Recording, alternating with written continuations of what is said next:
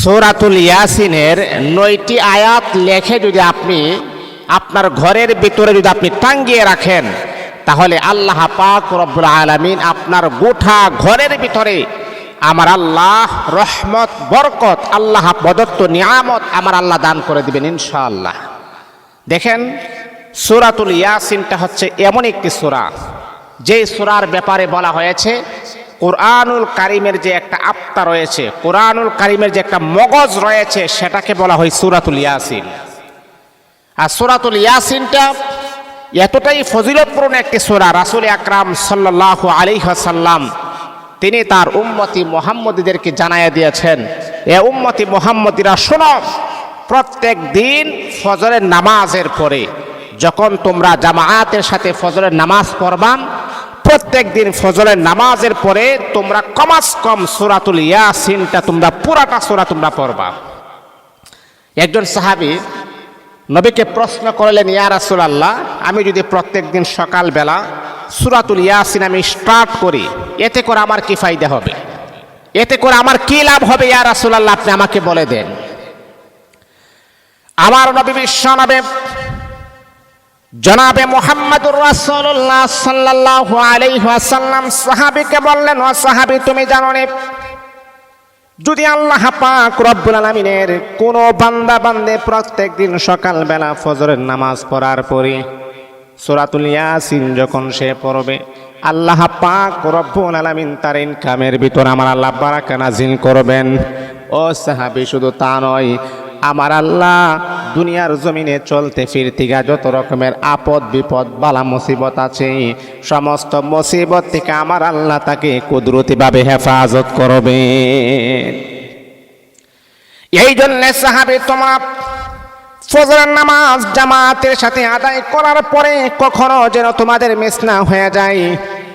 এ সাহাবী, শুধু তা নয়, সূরাতুল ইয়াসিন যখন তুমি পড়বা, আপনার মনের আশা কবুল হবে। যেই কোনো দোয়া মালিকের কাছে আপনি ব্যক্ত করবেন, আমার আল্লাহ আপনার দোয়াগুলাকেও কবুল করে নেবেন।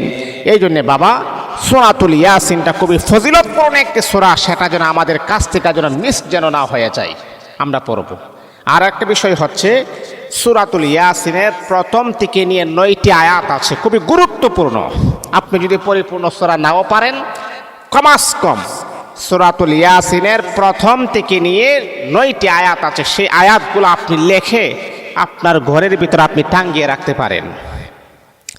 এতে করে আপনারা বলতে পারেন, হুজুর কি সমস্যা, আমি যদি সূরাতুল ইয়াসিনের প্রথম থেকে নিয়ে 9টি আয়াত লিখে যদি আমি ঘরের ভিতরে টাঙ্গিয়ে রাখি, এতে আমার কি লাভ হবে, কি ফায়দা হবে?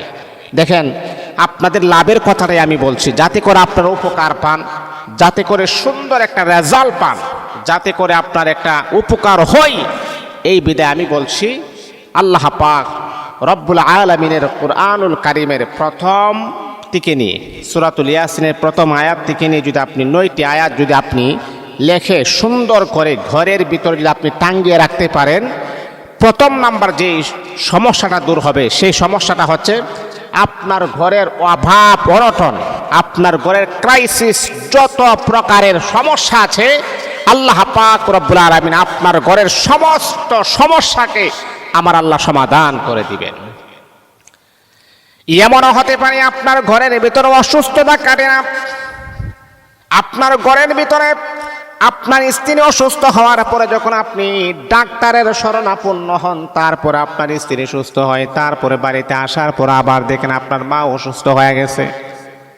অনেক ভাই আমাকে ফোন দিয়ে বলে, হুজুর অনেক টাকা স্যালারি পাই, কিন্তু টাকা পয়সার ভিতরে কোনো বরকত নাই।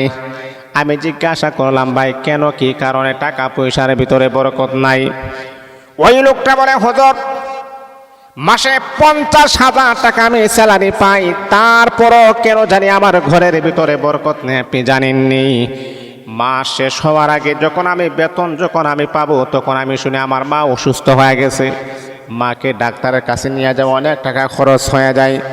মা যখন আবার অসুস্থ হয়ে যায়, তখন আবার দেখি আমার সন্তান অসুস্থ হয়ে গেছে।